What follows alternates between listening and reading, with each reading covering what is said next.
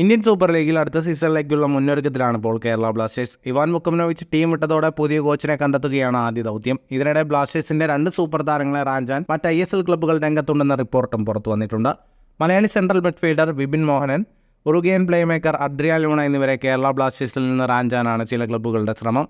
വിപിൻ മോഹനനും അഡ്രിയാൻ ലൂണയ്ക്കും 2024 മെയ് 31 വരെ മാത്രമാണ് കേരള ബ്ലാസ്റ്റേഴ്സുമായി കരാറുള്ളത്. ഈസ്റ്റ് ബംഗാൾ, ബംഗളൂരു FC എന്നീ ടീമുകളിൽ നിന്നാണ് വിപിൻ മോഹനന് ഓഫറുകൾ എത്തിയത്.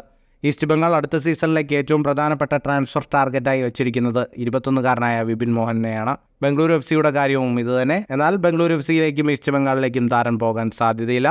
FC ഗോവയാണ് അഡ്രിയാൻ ലൂണയെ നോട്ടമിട്ടിരിക്കുന്നത്. 2021-22 സീസണിലാണ് അഡ്രിയാൻ ലൂണ കേരള ബ്ലാസ്റ്റേഴ്സ് FCയിലെത്തിയത്. ഇതുവരെ 57 മത്സരങ്ങളിൽ കൊച്ചി ക്ലബിന്റെ ജേഴ്സി അണിഞ്ഞു. 15 ഗോൾ നേടുകയും 18 ഗോളിന് അസിസ്റ്റ് നടത്തുകയും ചെയ്തു. ISLൽ വിപിൻ മോഹനന്റെ അരങ്ങേറ്റ സീസണായിരുന്നു ഇത്തവണ.